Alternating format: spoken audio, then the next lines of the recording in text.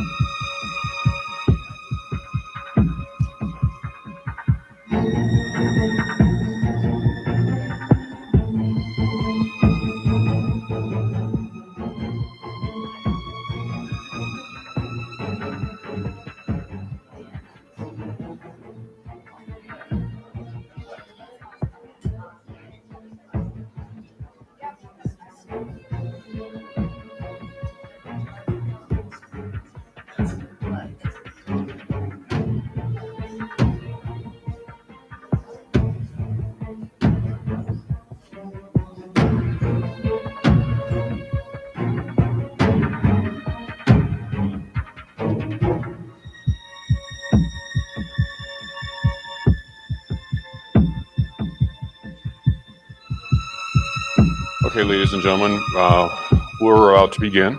My name is Richard Pyatt. I'm the communications manager for Utah County. I'm working with the Utah County Attorney, Jeff Gray, as he handles this case and as the county deals with the publicity surrounding this case. We appreciate your being here. Jeff will enumerate the charges and detail what the county's findings are up to this point, and then he will take questions. The number of questions may be limited, however. I may cut it off. I may assist him in helping to pick the people who are asking the question. We just ask that you... If you've been in an auto accident, you have a choice on where to get your vehicle fixed. Choose Bill's Collision. Speculate or get into the political dynamic of the case.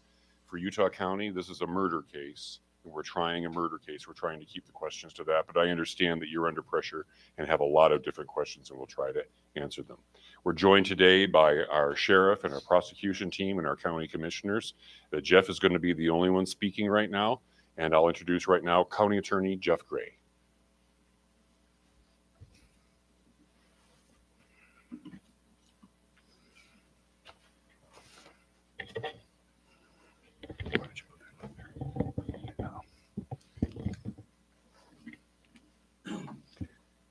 The murder of Charlie Kirk is an American tragedy.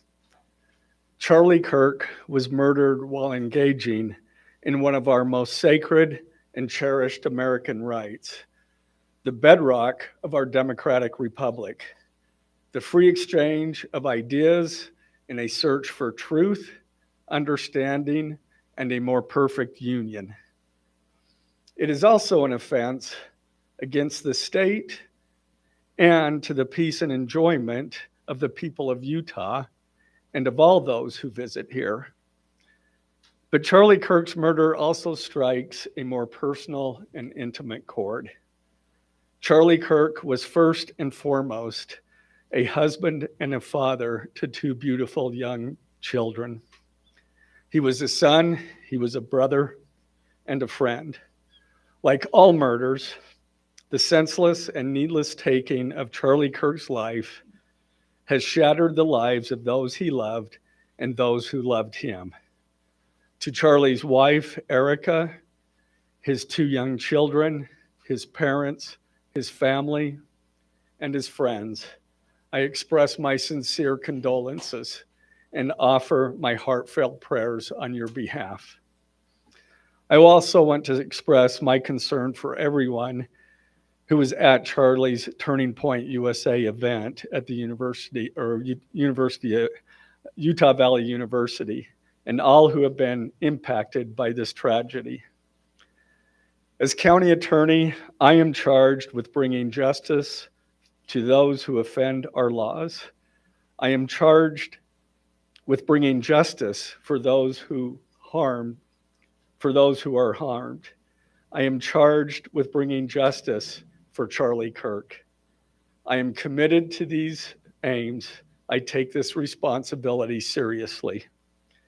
Today, after reviewing the evidence that law enforcement has collected thus far, I am filing a criminal information charging Tyler James Robinson, age 22, with the following crimes.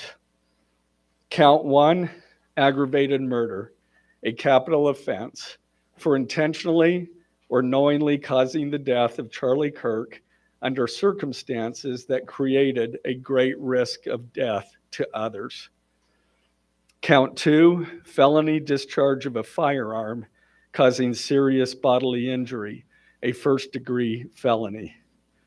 The state is further alleging aggravating factors on counts 1 and 2 because the defendant is believed to have targeted Charlie Kirk based on Charlie Kirk's political expression and did so knowing that children were present and would witness the homicide.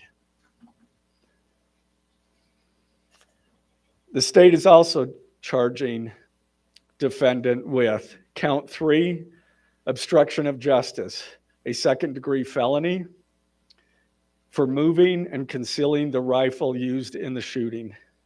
Count 4, obstruction of justice, a second-degree felony for disposing the clothing he wore during the shooting. Count 5, witness tampering, a third-degree felony for directing his roommate to delete his incriminating texts. Count 6, witness tampering, a third-degree felony for directing his roommate to stay silent if police questioned him. And count 7, commission of a violent offense in the presence of a child, a Class A misdemeanor, for committing homicide knowing that children were present and may have seen or heard the murder and did so based on Charlie Kirk's political expression. Also, following the press conference, I am filing a notice of intent to seek the death penalty. I do not take this decision lightly, and it is a decision I have made independently as county attorney, based solely on the available evidence and circumstances and nature of the crime. Because we are seeking the death penalty, the defendant will continue to be held without bail in the Utah County Jail. Turning to the 10-page information, these are the allegations. On September 10th, 2025, at approximately 12:23 p.m., Charlie Kirk was shot and killed while speaking to a large crowd on the campus of Utah Valley University in Orem, Utah. Police found the suspected murder weapon, a bolt-action .30-06 rifle, nearby. Over the next approximately 33 hours, police conducted a manhunt for the shooter until the evening of September 11th, 2025, when Tyler James Robinson surrendered to police at the Washington County Sheriff's Office. DNA consistent with Robinson was found on the rifle's trigger. After shooting Mr. Kirk, Robinson hid the gun, discarded the clothing he wore when he fired the rifle, and told his roommate to delete incriminating text messages and not talk to police. Children were present at the time of the shooting. The shooting. Turning Point USA, a nonprofit organization founded in 2012 by Charlie Kirk, organized a public outdoor event to be held at noon on September 10th, 2025 at UVU. The event was the first in a series of similar events to be held at college campuses nationwide. Mr. Kirk is a well-known conservative activist, famous for these type of events, where he discusses various political issues and debates with audience members. His events and comments have garnered a significant number of supporters and drawn the ire of many who disagree with his political views. The event at UVU was announced far in advance and garnered significant publicity and interest. Consequently, several hundred people attended. Mr. Kirk was interacting with a crowd before the event officially got underway. Then, at approximately noon, Mr. Kirk seated himself under a portable canopy behind a table and microphone. He began speaking to the crowd and fielding questions from attendees, a format Mr. Kirk commonly used at his events. Mr. Kirk allowed his questioners to approach a microphone positioned directly in front of him. Mr. Kirk's team members were very close to him on his right and left, as well as some behind his canopy and others at various close locations near him. The large crowd surrounded Mr. Kirk on three sides. Temporary metal fencing separated attendees from Mr. Kirk by only a matter of feet. Directly above and behind Mr. Kirk was the UVU Hall of Flags, an indoor walkway spanning several hundred feet with floor-to-ceiling glass windows which overlooked the plaza where Mr. Kirk was seated. People were in the walkway at the time of the shooting. Approximately 15 minutes into the event, Mr. Kirk was answering a question about mass shootings by transgender individuals when a gunshot rang out. The bullet struck Mr. Kirk in the neck.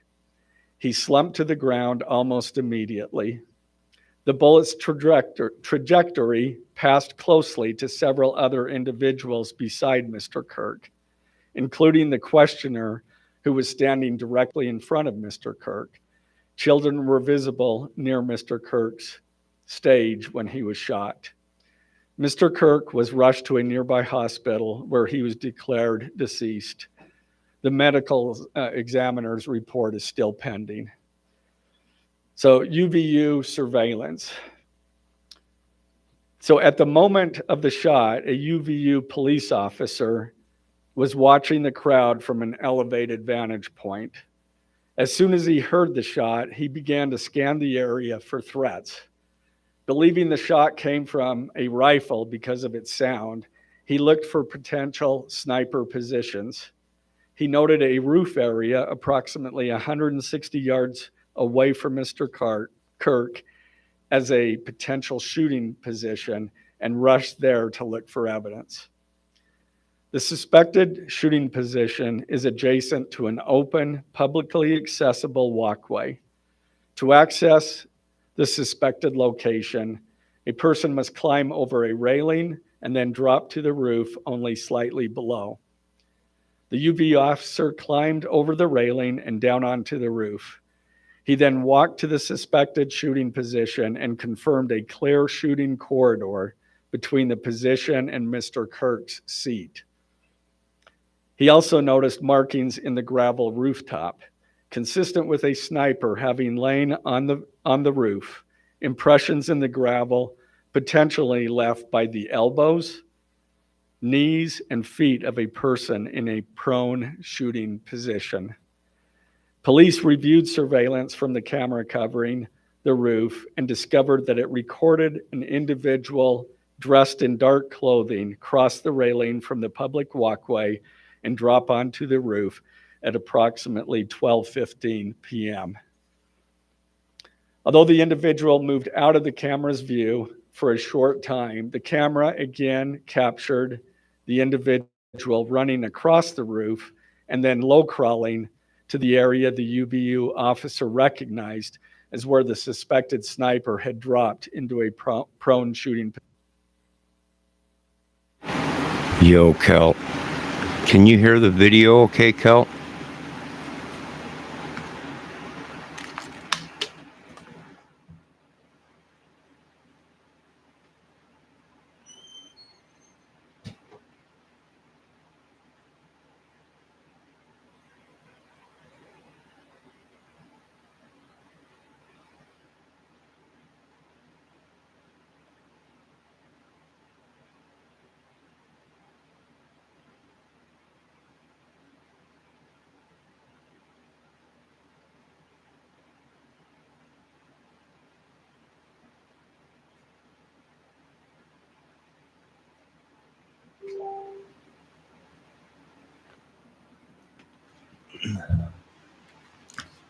Okay, sorry, I had to run to the gas station. Is it too loud or is it okay? Let's continue to listen. Position. After a short time, which matches the known time of the shot, the individual arose and ran across the roof to the northeast. This discovery led to an intensive review of UBU surveillance recordings to attempt to track and identify the suspect. Surveillance revealed the following. At approximately 11:51 a.m., the suspect entered campus from the north. He is seen wearing a black shirt with an American flag in the center, a dark baseball cap, and large sunglasses. Throughout the surveillance, the suspect keeps his head down and rarely raises his head enough to get a clear image of his face. As he proceeds across the campus, he is seen walking with an unusual gait. The suspect walks with very little bending in his right leg, consistent with a rifle being hidden in his pants. This unusual gait continues until the suspect is seen crossing the railway off the open walkway and onto the roof, where he leaves the camera's view. A camera later captures the suspect as he runs across the roof to the suspected shooting position. Immediately after the shot was fired, a camera captures the suspect running across the roof carrying an item whose shape is consistent with a rifle. The suspect is then seen climbing down from the roof. He appears to drop the item he was carrying as he hits the ground in a controlled fall. He then picks up the item and runs toward the northeast end of campus. Expanded crime scene investigation. Law enforcement officers followed the suspect's escape path to the northeast end of campus, where they believe the suspect left campus and entered a wooded area. In that wooded area, investigators found a bolt-action rifle wrapped in a towel. The rifle contained one spent round and 3 unspent rounds. This is consistent with the facts officers observed at the time of and immediately after the shootings. No shell casings were found on the roof, suggesting a bolt action rather than an auto-loading weapon, and only a single round was fired. Each round in the rifle contained an etched inscription as follows. The fired cartridge was at. All right, so he had one spent round in the barrel because it was bolt action. It's not like a regular automatic weapon where it kicks it out once you fire at the shell. And he had 4 rounds, right? 3 in the chamber, or in the, they found 4 bullets, whatever it may, however he had them. So he was prepared to take more than one shot if he had to, I would say. Right.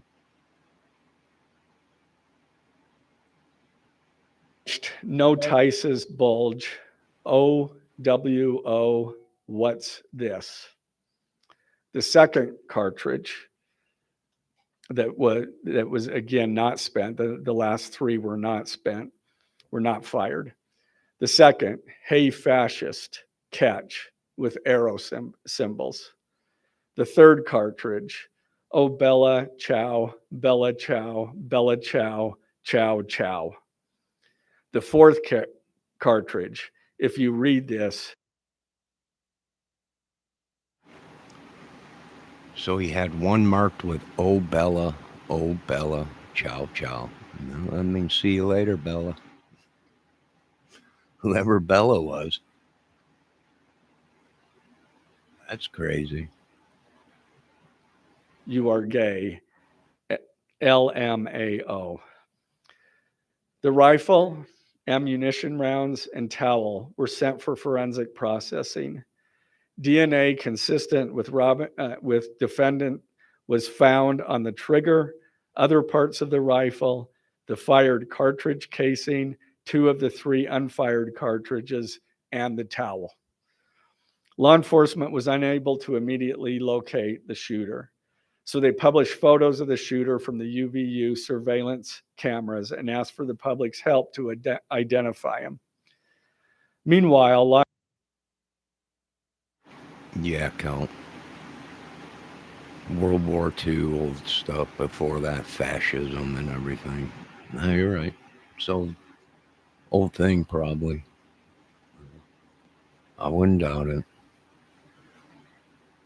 It's become popular again. Yeah, I don't know what. It's pretty crazy if you ask me, but to each their own. enforcement continued to try to identify the shooter through other means. The Washington County investigation. On the evening of September 11th, 2025, as law enforcement continued their investigation, Tyler James Robinson went to the Washington County Sheriff's Office with his parents and a family friend to turn himself in. Robinson's mother stated that the following to police. On September 11th, 2025, the day after the shooting, Robinson's mother saw the photo of the shooter in the news and thought the shooter looked like her son. Robinson's mother called her son and asked him where he was. He said he was at home sick and that he had also been at homesick on September 10th. Robinson's mother expressed concern to her husband that the suspect shooter looked like Robinson. Robinson's father agreed. Robinson's mother explained that over the last year or so, Robinson had become more political and had started to lean more to the left, becoming more pro-gay and trans rights oriented. She stated that Robinson began to date his roommate, a biological. That would explain why he looked so much like the guy that debated Charlie Kirk almost a year ago. The guy that had the bullhorn and everything. He might have been, how did he get radicalized? Who knows? Who knows? Your guess is as good as ours. The internet, the movements,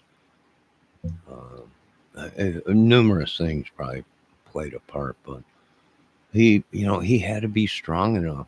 It's obvious someone used him, or he just went completely crazy and thought he was going to be a superstar. But most serial killers or killers, that's all they want is attention.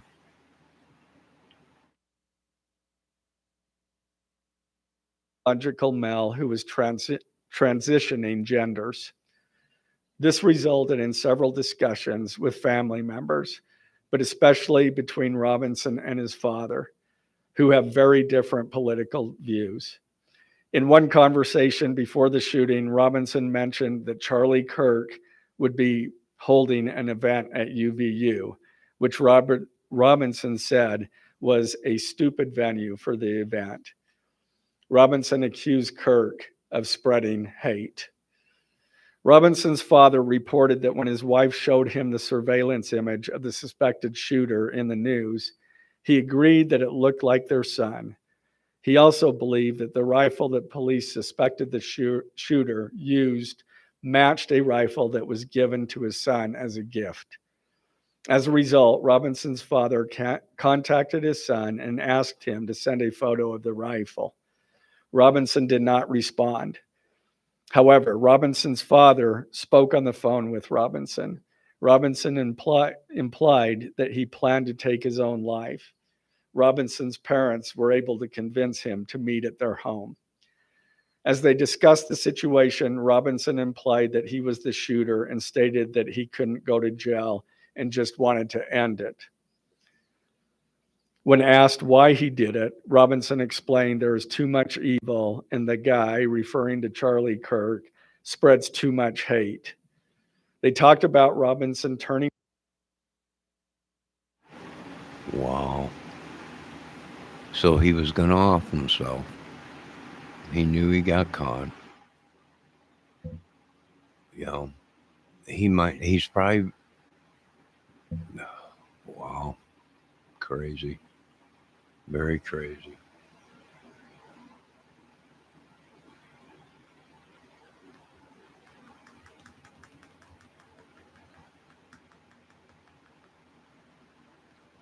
Yeah, yeah, Kel, you might be right. Groomers, it's just not a video game anymore. These people, like I said, we're going to start categorizing crazy. There's crazy, right? Mental health, whatever, on medication and then there's crazy, where they're violent and hurting people, you know, deliberately, physically. And then there's crazy, um, which these people take life, become gods, and think they're above law and everything. Huh?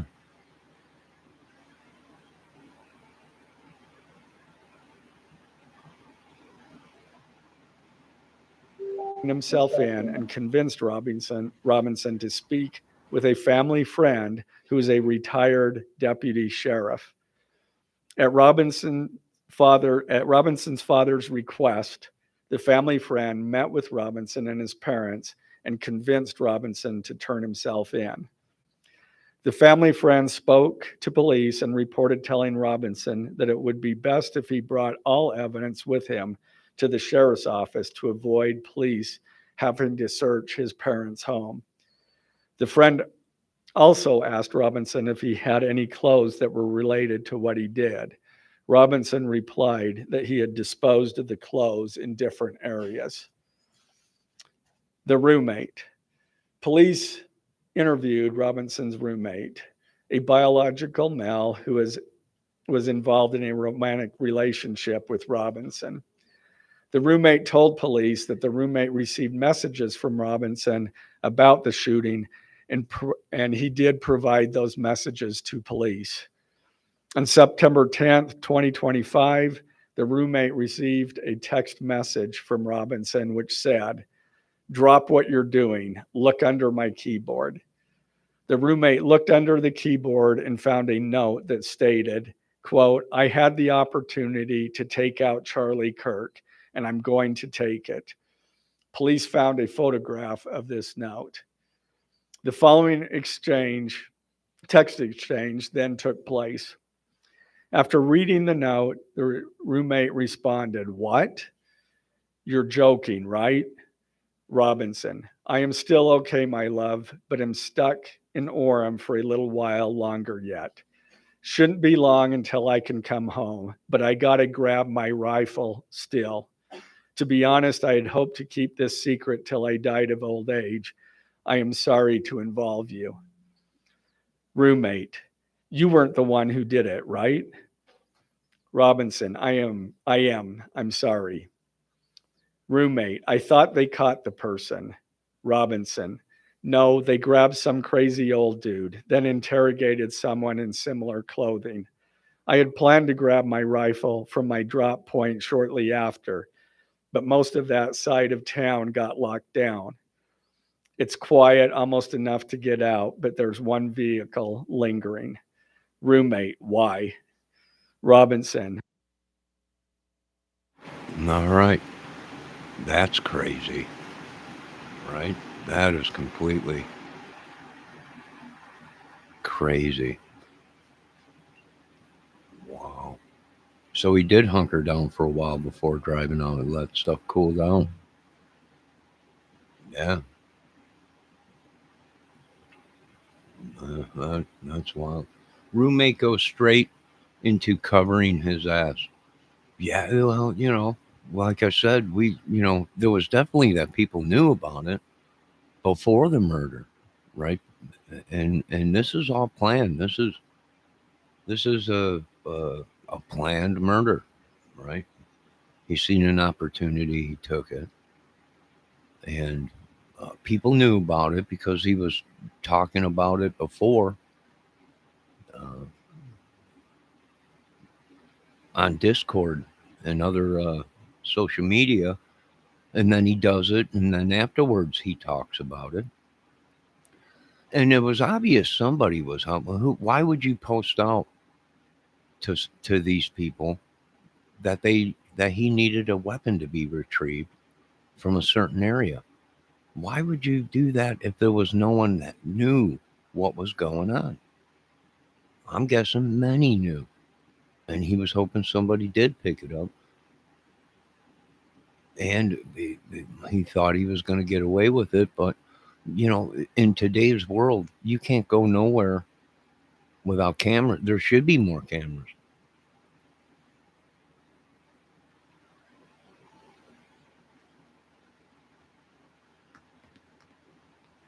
Then I see your comment, Kel, but that was probably his plan. His parents talked him out of it.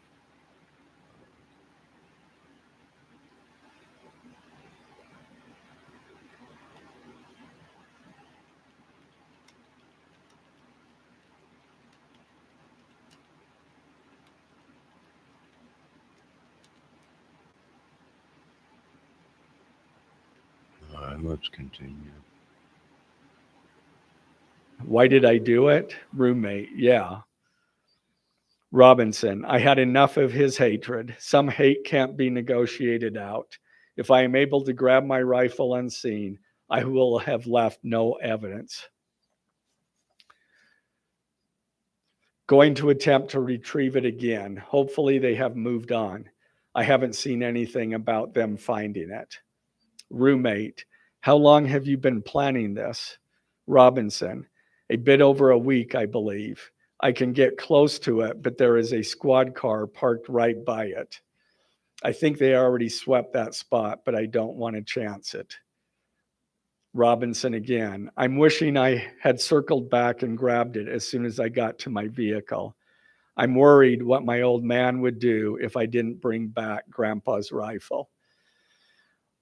IDEK if it's had a serial number, but it wouldn't trace to me. I worry.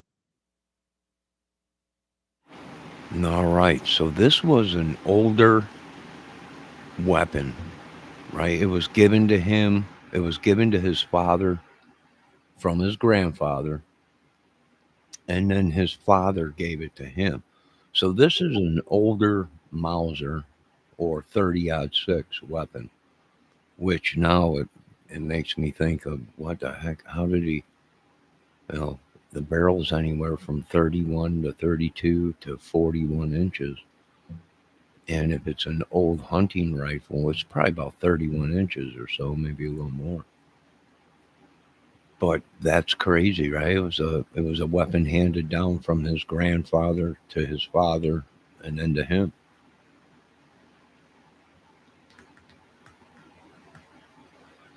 Worry about prints. I had to leave it in a bush where I changed outfits. Didn't have the ability or time to bring it with. I might have to abandon it and hope they don't find prints. How the F will I explain losing it to my old man? Only thing I left was the rifle wrapped in a towel. Remember how I was engraving bullets? The F in messages are mostly a big meme.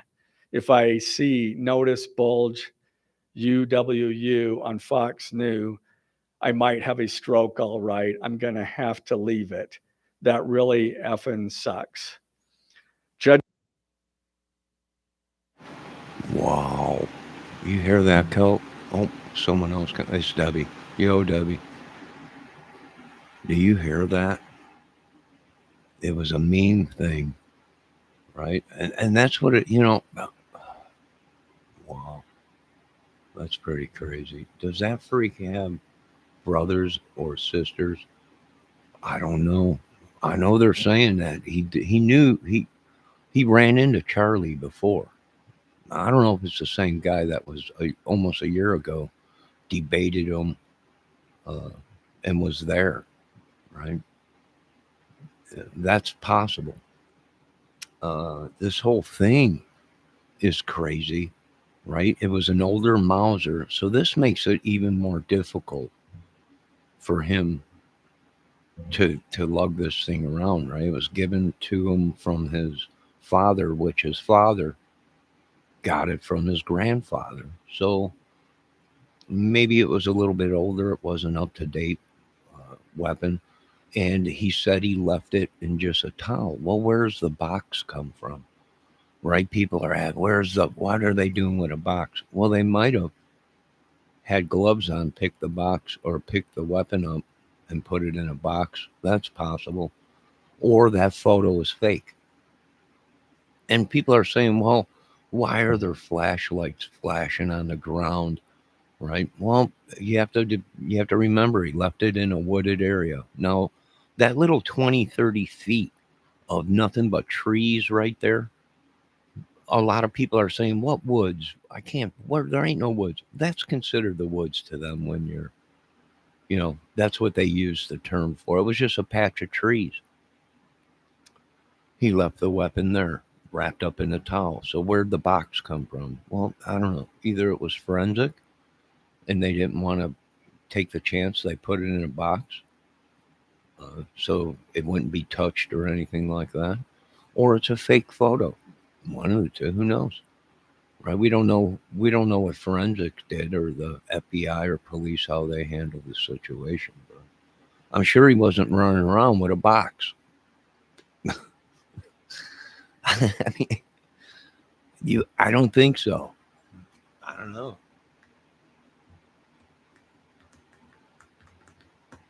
Judging from today, I'd say Grandpa's gun does just fine, IDK. I think that was a $2K scope. Wink, wink. Well, there you go. He's saying the gun worked fine and the 2K scope worked just fine. And believe it or not, folks, a lot of people don't want to believe it. That shot could have been made with someone with 20/20 vision,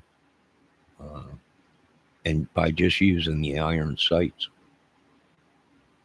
They didn't need back in the day, they didn't need a scope.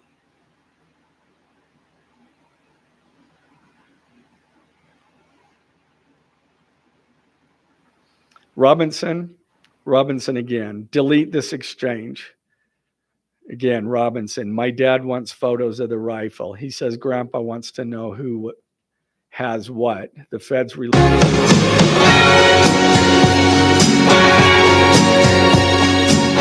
Not answering.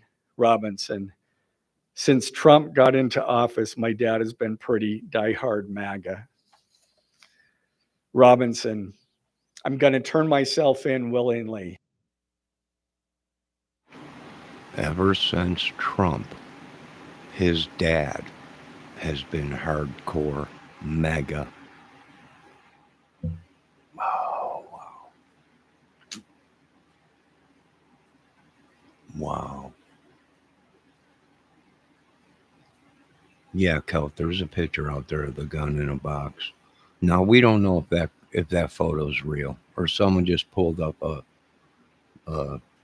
photo of a gun that was a bolt action with people standing around. But we don't know, but there is a photo of that. Kelt is right.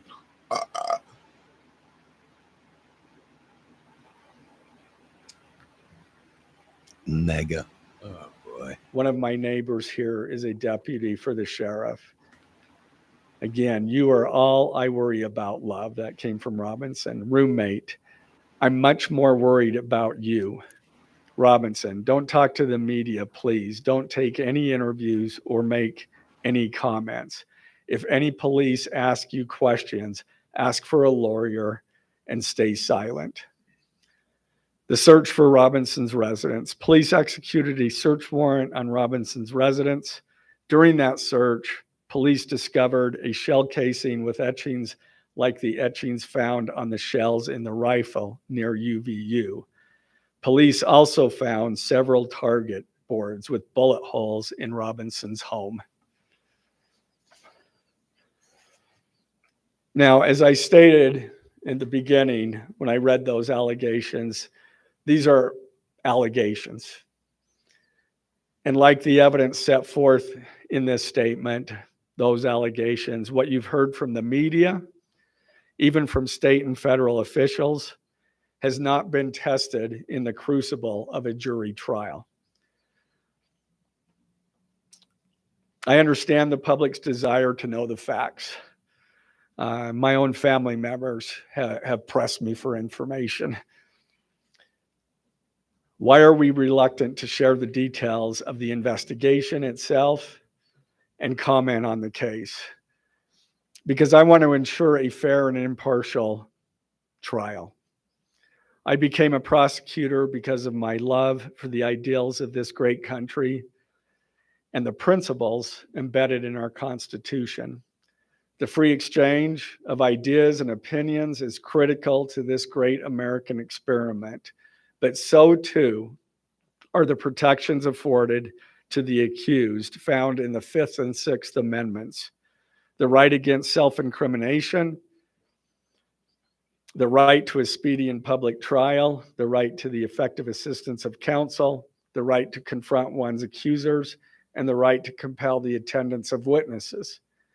And perhaps most importantly, under our Constitution, the accused is presumed innocent until we, the state, prove to an impartial jury of defendant's peers his guilt beyond a reasonable doubt.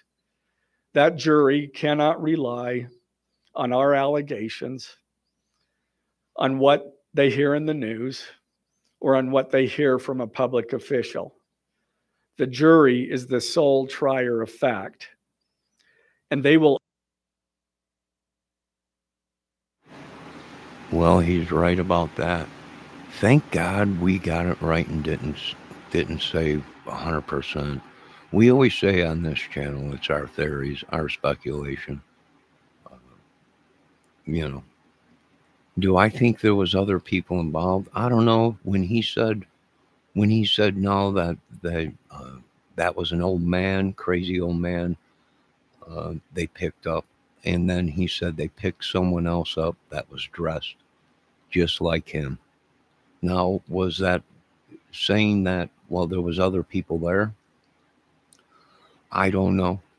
If it was it saying no, they had nothing to do with it.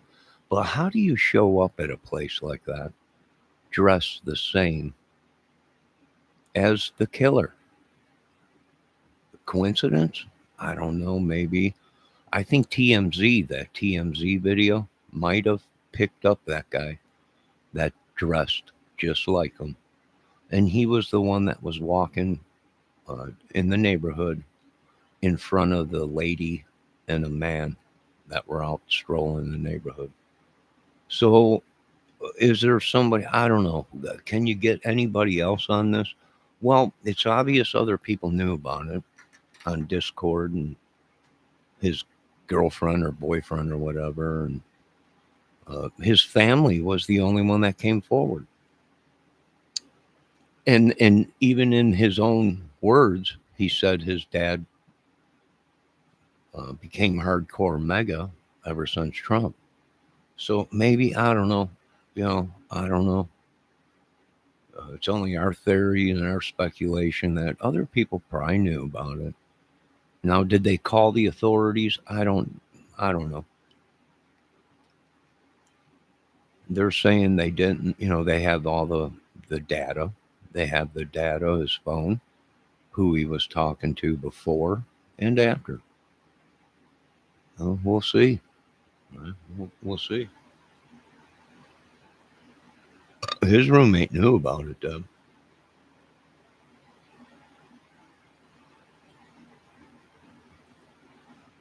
Ultimately determine those facts based on evidence a trial judge has determined is admissible.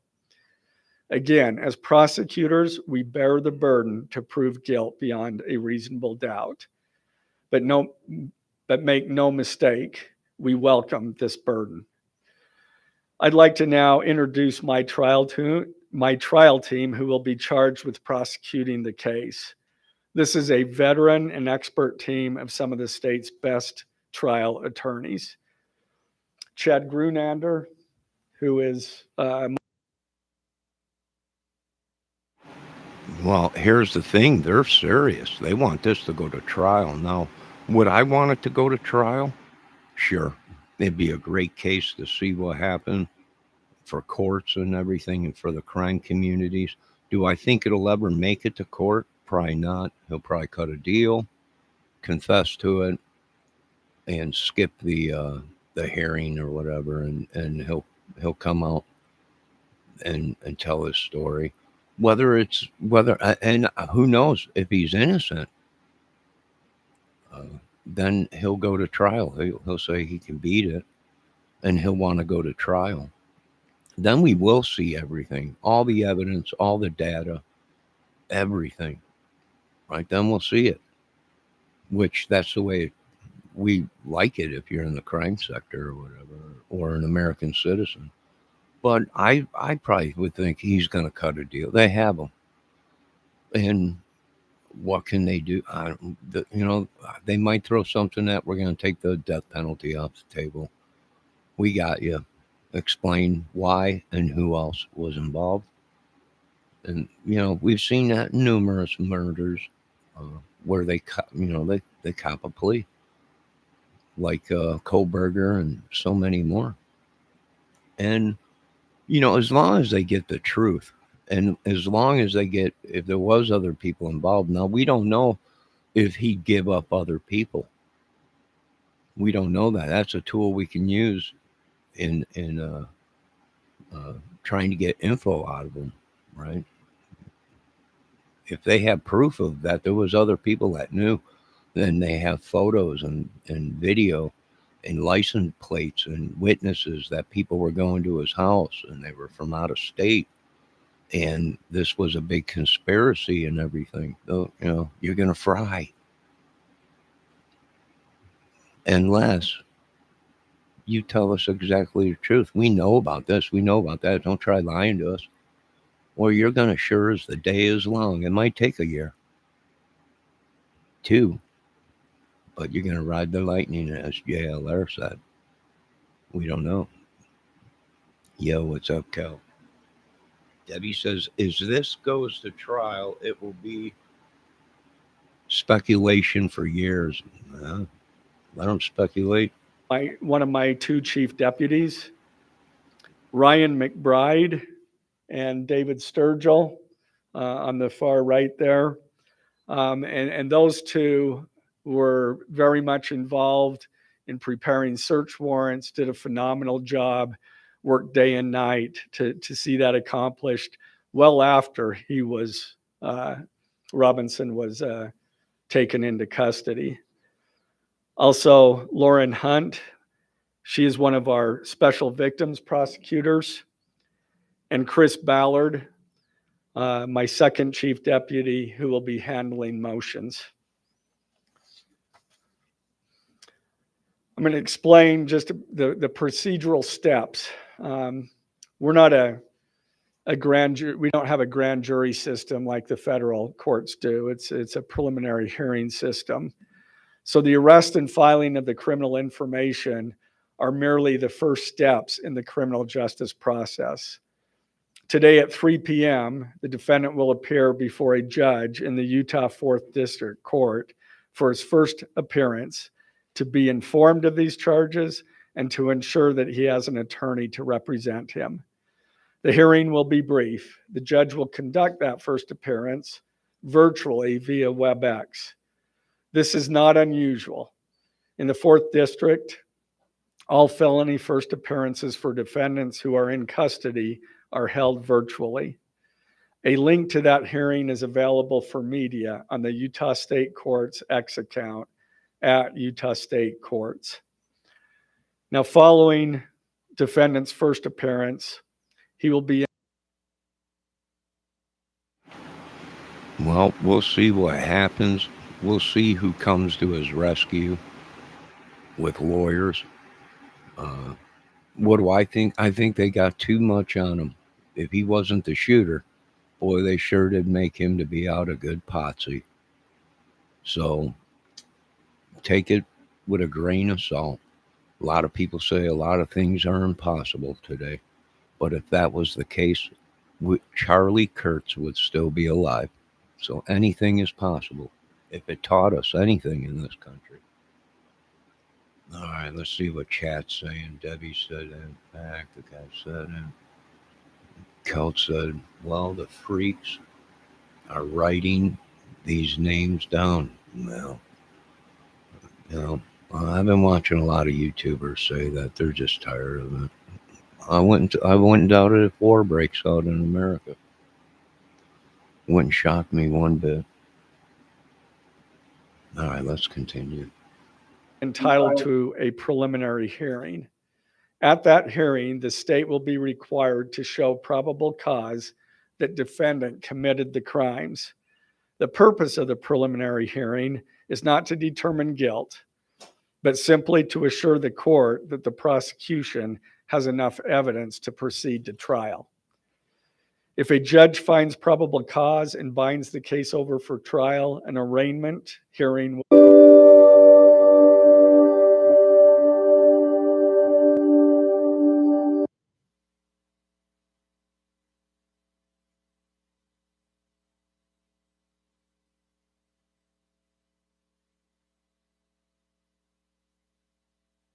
The next step following the arraignment is an opportunity for the parties to file any relevant motions and then ultimately the trial itself. This case has generated a tremendous amount of interest across our nation and even the world. The public's desire for information is understandable, but it bears reiterating that this case will be tried in a court of law consistent with our Constitution, not the court of public opinion. Thus, we will only discuss the case with the press occasionally. It will not be a day-to-day or even week-to-week occurrence, but we will only do so in a manner as not to jeopardize the fair trial process. Before I conclude, I want to express my appreciation for the tireless work of our local, state, and federal law enforcement officers. They have an extremely difficult, dangerous, and often thankless job. I'm proud to acknowledge the exceptional work they do every day, and particularly their work on this case. It was truly a marvel to witness. Their skilled work and dedication have brought us to this point. I'm also grateful for the leadership demonstrated by Bo Mason, the Commissioner of the Utah Department of Public Safety, FBI Special Agent in Charge Rob Bowles, Utah County Sheriff Mike Smith, our local police chiefs, and Felice John Vitti, the acting U.S. Attorney for the District of Utah. I'm also grateful for the support of our governor, Spencer Cox, and our Attorney General, Derek Brown, who is standing behind me today and has offered his support and resources as we proceed to trial. Finally, Well, 33 hours, I think they pretty much caught him. So is it bad? No, could they have done better? Sure. There's always room to improve. Did they do okay and got the guy up? Yeah, the guy's within a week or, the guy was picked up. That's pretty good because you don't know what else he would have done. If he would have got away with that, he probably would have got more radical. They're already talking about IEDs, that they were talking about IEDs and leaving IEDs or whatever. Them are explosive devices and stuff. So it's obvious he was completely over the edge, radicalized. Games, movie, society, the people he hung around with, it might have all played a part in it. It might have all played a part.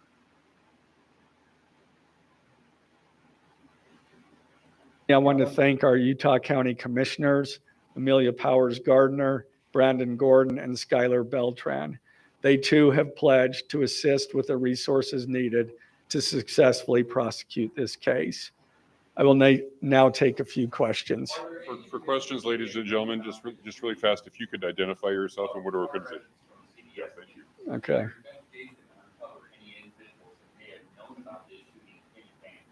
They are still looking into it. It's an undergoing investigation.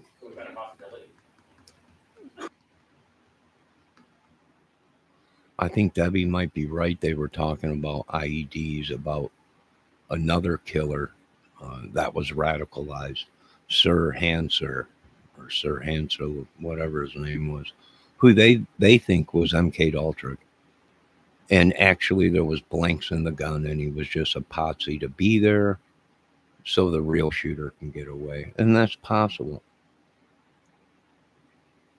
Do I think he might have been, that would be his next step? Tyler's next step, if he didn't get caught for this? Yeah, I think he would have probably killed again. He got away with it one time. He probably would have done more research. He probably would have got more radical. And eventually he would have tried to have done it again, I would imagine. Right? It's very rarely these guys just disappear.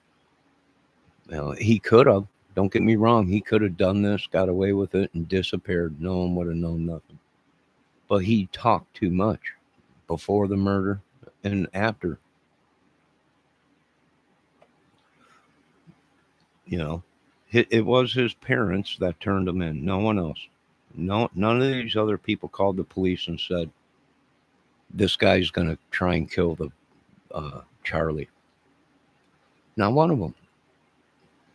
So I can see how the government's saying, well, there might be other people involved. Well, there might be if they knew a week before this was going to happen. The government's saying they got a week worth of stuff that before it, these certain people knew, but never contacted the government, never contacted a parent to say this guy's going off the edge, or what do you think we should do? You know, the guy ain't making movies.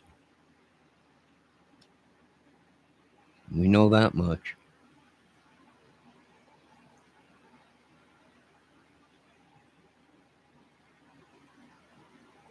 They haven't ruled that out.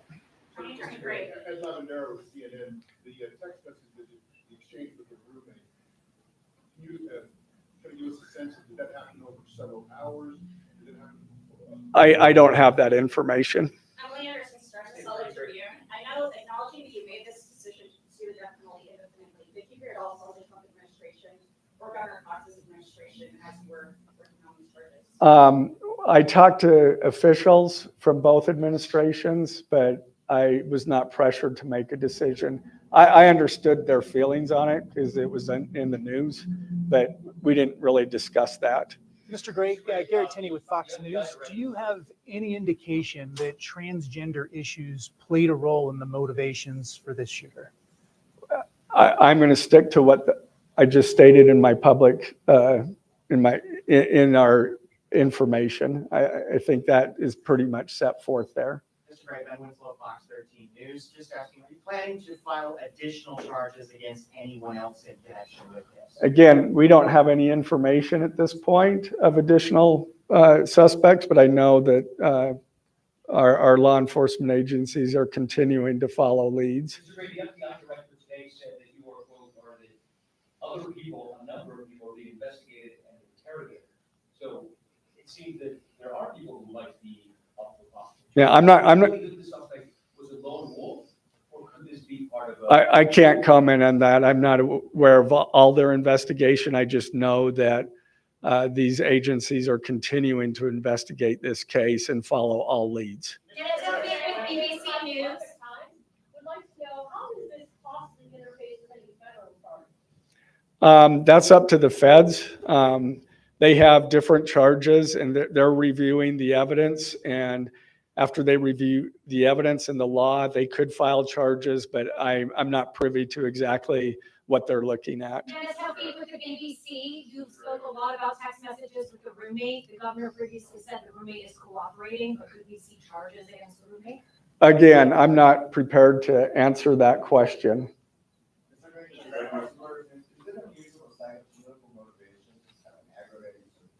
It's part of our code, and so we charge that. For those that aren't of a legal mind, is this a confession to text messages? Is that legally a confession? And is he cooperating since he's been taken in custody? Ultimately, a judge will determine that at trial. And cooperation, has he spoken at all? Has he been cooperating? Since he served- Again, I'm not going to comment on that. I think that any statement at all.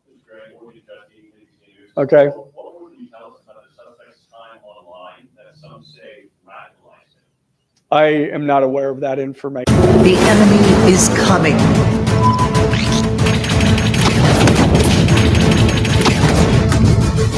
Upgrade or perish.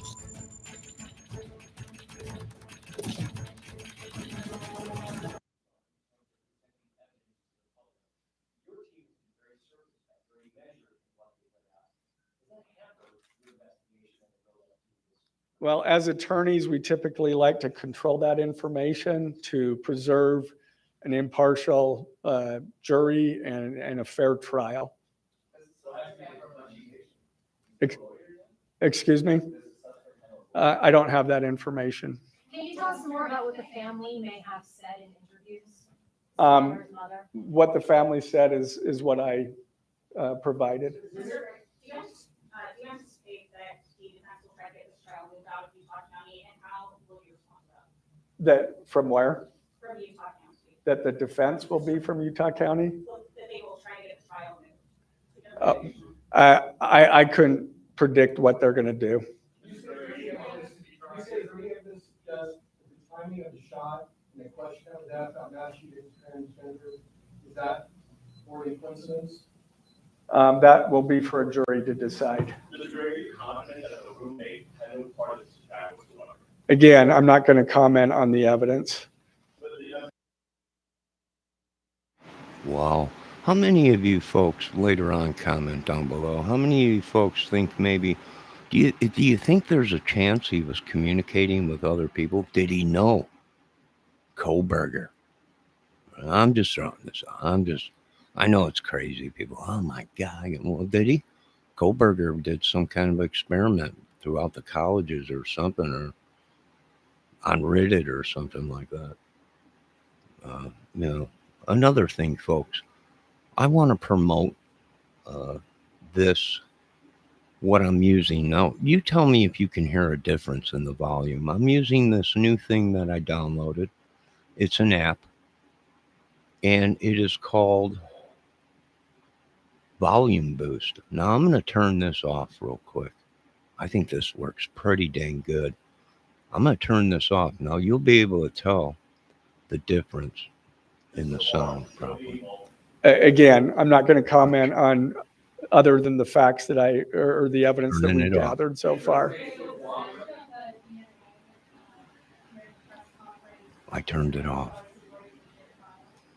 I don't believe so. This See is how part the of a volume public dropped? And document I that have the we have to volume file on my as we computer file a turned criminal all the way up. information. We have to file a probable cause statement. Right now. That's a public You could barely hear document. it. Now I'm going And to so we're put in comfortable with that. the volume boost and watch the volume. I'm not going to boost. comment on Let's that see. either. Let's turn it on. I- Oh, wow. Check out the volume. I can't share any more than what I've already said. This was an incredibly precise shot. Do you have any evidence that he went places to practice or had tracked his movements before the shooting that's giving you insight into how he prepared? The evidence that I'm willing to share is what I just read in our statement, and it's in the Ladies and gentlemen, I'm information. afraid we're going to have to cut it off there. Okay. Yeah. About seeking the death penalty. I'm not going to comment on that. Okay, thank you, ladies and gentlemen.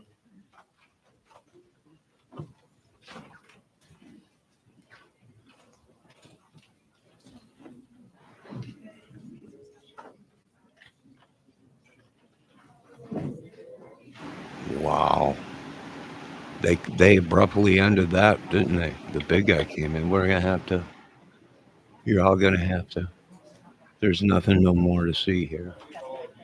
Go on, sir. Explain this. I think all of you know that the charges will be available online. We're in the final stages of processing that, and they'll be available on the utahcounty.gov website as well as on the Utah County Attorney's website. So look for them there. Thank you. All right, sir. We will. Wow, let me shut the volume booster on. before it goes crazy. Crazy. Crazy volume. All right, we shut that off. Let me drop back down here. Over here and drop this down. All right, now we should be back in shape to take on the day. God bless, right? I would say so. So, what do you think, folks? What do you think? Is my question. I think he'll cop a plea probably before it even goes into court, unless they write it out and say, you know, I don't know. I don't know. My condolences to his family. Do I think this is over? Probably not. Don't put your guard down. Oh, well, they got the guy. We can go back to, there's thousands and thousands and thousands of Tyler Robinsons. I'm just being honest. Do you think this will go to trial? Anyone watching? Do you think it'll go to trial? Or do you think he'll cop a plea if they take off the death penalty? We found out that he was planning to off himself. We did find out that he talked to people before and after, and the only ones that reported him was that we know of so far. Evidence might come out that people did report him, but the only one that reported him was his mother and father or whatever, and preacher. I think they called their preacher, and the preacher told them, talked them into to have your son turn himself in. But, we really don't know. More evidence will come out. More truth will come out. There might have been one shooter. There might have been, we don't know yet. We're, like I said last night, we're only as good as our intel. If the government's lying to us, then we all lost. Right? His father was a cop. The neighbor was a cop also. We also found out that his father was a hardcore mega guy ever since Trump. We also found out that the Mauser was not up to date. It was an older one that he got handed down from generations. We also know that he only made one shot, but he brought 4 bullets with him. So he was prepared to take more shots if he had to. We know that he was dressed all in black. That's true. And what these people ain't thinking, did he bend down and just take that shot laying down on the ground, using his elbow to prop the gun up? Or did he have what I'm thinking probably, my speculation, my theory, was a small shooting tripod? That's what we might be seeing, might be in the backpack. We don't know. We also know he took the gun apart and assembled it. We also know that he got the gun in his back pants, and that's how he got the weapon there. Now, whether it was he might not have had to take it apart. He might not have had to take it apart. He might have got that weapon in his pants, fully operable. Didn't have to take it apart, but the screwdriver was for what? The scope. The scope, and possibly used for a tripod, maybe. Yeah. We do know that much. 100%, nothing's 100%. But we do know these things now, and I imagine we'll find out more. Even if the government don't want. I mean, it's going to be hard to keep this case closed until court or until whatever happens, because you got leakers that'll leak it. And 9 out of 10 times, either these leaks are not right, they're lies, and sometimes it pans out where it was true. So, use your own discretion. What else did we find out? I don't know. I left for about 10 minutes because I had to run to the store and let it play. So I'm going to hit replay myself on that video and see exactly what we missed or what I missed. And we'll see. We'll see. We'll definitely see what's going on. Now, I want to thank all of you for showing up here on this channel. You're allowed to voice your opinions, your theories, whatever. You're not going to be held at gunpoint if you're wrong. Like I said, we're humans. Humans make mistakes. Nothing is 100%. God bless y'all. All glory goes to God. I'm under attack. Everyone's under attack. I know. All we can do is pray to God. And, anyone want to say anything before we end the video?